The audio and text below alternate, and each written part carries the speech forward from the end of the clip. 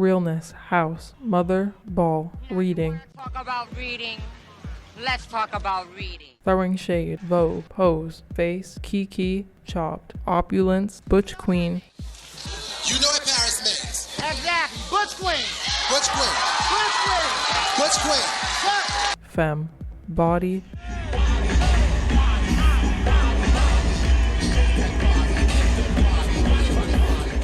Mopping, slay, serving, period, purr. All these terms are used today in a more modern sense, seen as young slang and/or lingo, when in reality said terms are being frequently used more and more on the internet and mainstream media. What was once behind closed doors and underground then becomes watered down, altered, and less authentic.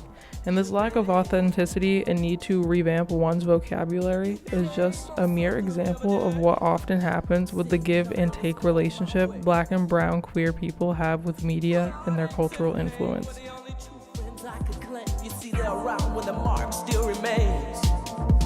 I needed someone to know me. I needed someone to show me. I did not have to be all so lonely. Then you came. Oh, you saved my day. There's a dangerous myth that queer life did not exist in a public way in the United States until after the Stonewall riots in the 1960s. However, drag balls, saloons, cabarets, speakeasies, and rent parties all existed in the United States as early as the late 1800s. And these were spaces where LGBTQ people could be visible and openly accepted and celebrated with their community.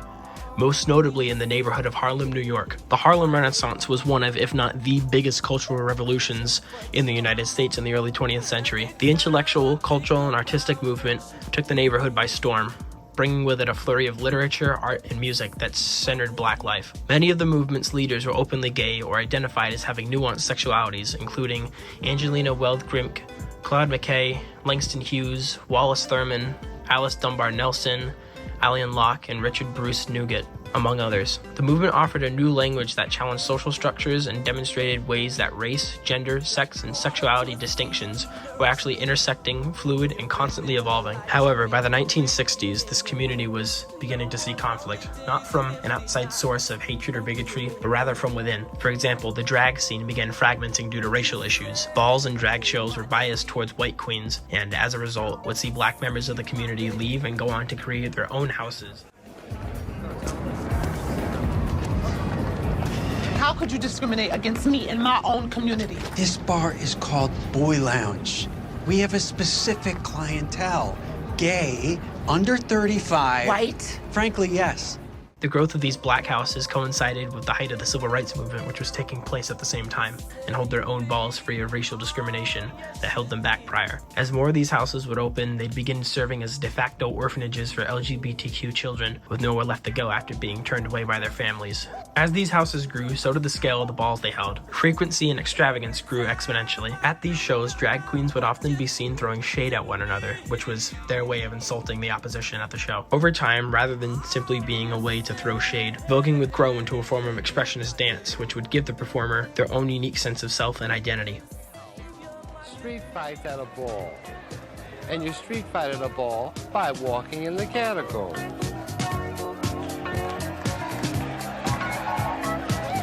The houses started because you wanted a name. The people that the houses are named after were ball walkers who became known for winning. Work. Paris to free. Work.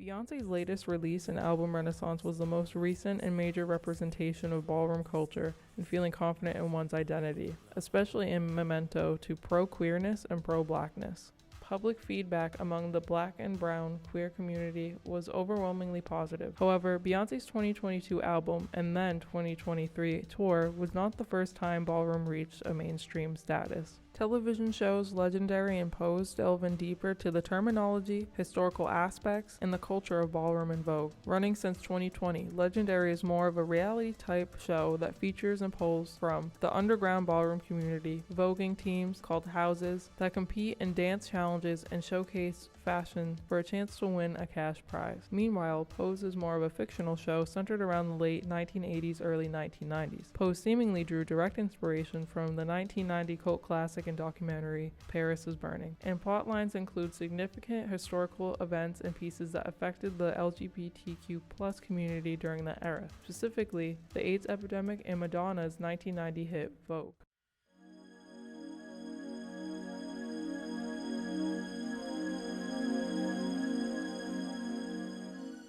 The first and most notable time where ballroom became mainstream to the public eye was Madonna's release of Vogue. The music video goes as far as including seemingly queer dancers and voguers. However, Madonna is seen as the focus of the video. If anyone were to do basic research of the overall purpose of the ballroom scene, it was notably a safe space for Black and brown LGBTQ youth and people where they were and are free to express themselves. These underground spaces in New York were an escape from the verbal harassment, physical abuse, oppression, homophobia, transphobia, but also whiteness. An article titled Black Queer Culture and the Misappropriation of Voguing was written by a self-proclaimed observer and admirer. He described the act of voguing as symbolizing the freedom to literally take up space with unbound and evocative movement, and in a world in which queer people of color are too firmly shoved into the margins to do so anywhere else. A world where white people are the default faces for every letter in LGBTQI, while queer POC are flattened into stereotypes and reduced to margins, if not ignored entirely. Voguing is a dance form not only defined by its sassy, emphatic gestures, contour poses, and gleaming confidence, but by its history as a safe space for queer POC. The dance form itself is inseparable from the racial and sexual identity of the performers, as the dancing symbolizes the lived experience specific to its performers. Therefore, a white person voguing is a destruction of the symbol. Because Madonna appropriated something that was seen as sacred to those who are and have historically been cast aside by their own families and societies, the song is ultimately undoing the meaning and significance behind the movement.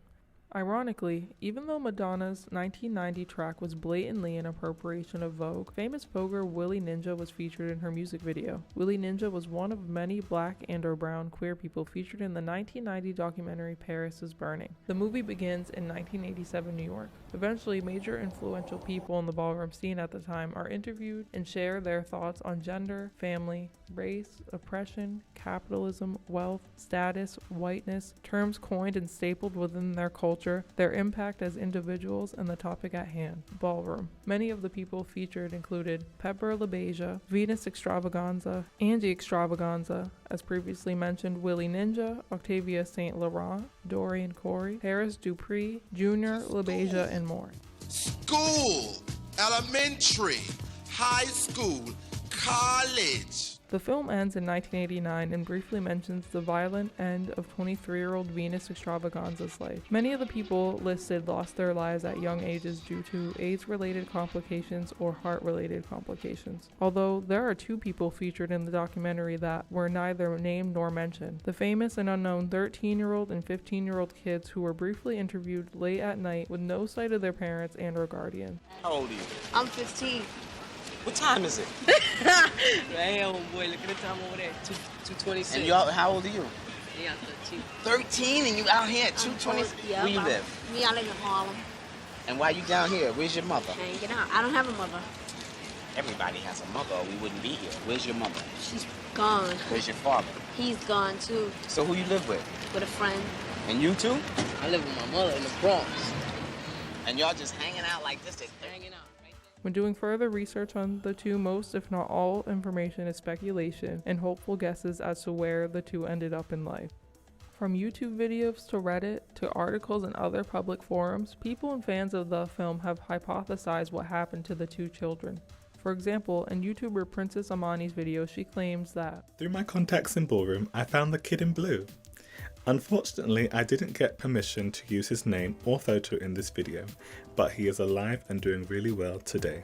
He currently resides in New York and is grateful for all the support he has been receiving from Paris is Burning fans. He doesn't know what happened to the boy in white. The two were a couple, but shortly after filming Paris is Burning, the Kid in White's family claimed he was no longer living with them. He has not been seen by anyone in the ballroom community since. Meanwhile, random and unknown commenters in the video make claims to where both ended up in their adult lives. A comment with over 1,200 likes reads, "I just read that the boy in white was adopted and went to college. I'm glad to hear that they're both doing well and thriving." Because most of the people featured in Paris is Burning not only allegedly felt the film did not do them justice, majority of the people shown on screen had a tragic ending. Most, if not all, theories relating to the 13-year-old and 15-year-old couple at the time are optimistic and hoping for the best for their futures. Is it true that the two of them went their separate ways and both are now surviving as adults and are doing well? I read somewhere that the 15-year-old had then transitioned into a woman. Did she have the same brutal and tragic ending as Venus Extravaganza? Did they even actually transition? Are all these rumors just rumors amongst the black and brown LGBTQ people in order to alleviate the tragedy and the loss that the AIDS epidemic caused, or the hate crimes inflicted on those trying to live freely as themselves? The answer is honestly unknown in correlation to those two teens briefly featured in the film. Understandably, all one can do is take another's word for their safety and prosperity as adults living in a world that is set up against them. And yet, despite these short-lived lives, the overall message of Paris is Burning is that Ballroom created not only its own niche culture, but a family and community for those who were in need of one. The people featured in the documentary were filled with hopes and dreams in regards to their legacy, although only some were able to reach these accomplishments and some were unable to live long enough to see their lives fulfill their future. Today, they are remembered as icons who directly impacted the culture. With that being said, is it okay for Ballroom to be mainstream again? Or is it best left gatekept? Did Madonna do the scene justice with Vogue? Was it just another example of her past with cultural appropriation? What does it mean now that her daughter, who is black, is seen voguing to her 1990 hit Vogue? Does that cancel out all her years of appropriation, specifically with her song Vogue? Did Beyonce's 2022 album and then 2023 concert experience do the scene justice? And did her art give the people a voice and representation like Paris is Burning, like Pose, like Legendary? Was it collectively accepted in the ballroom scene? Is this video within itself problematic by highlighting a scene that has been argued to be best kept secret and underground in order to avoid appropriation, like what happened with Madonna's Vogue? Should this video essay feature more of the danger of underground gender affirming surgery, the danger of being trans, especially black and brown trans people, the dangers of sex work within the demographic, or more history of the AIDS epidemic? Or is having a video essay highlighting the cultural impact of Ballroom without including the overwhelming amounts of loss and tragedy, but instead rather focusing more on the unapologetic black and brown joy, queer joy? Is that more appropriate representation that we need for once? I feel as though these questions are best left answered by those who are actually a part of today's Ballroom and Vogue scene. For I am a mere observer, fan, and admirer with hopes of witnessing a real-life ball one day, and believer in the importance of highlighting the history of unknowns, especially the unknown of Ballroom's history and its icons that it produced. And I'm as free as the wind that's blowing out on this beach.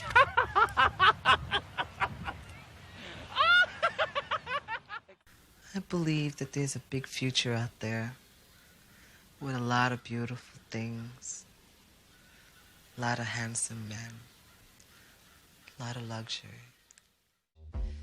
I want so much more. I want my name to be a household product in a high fashion world.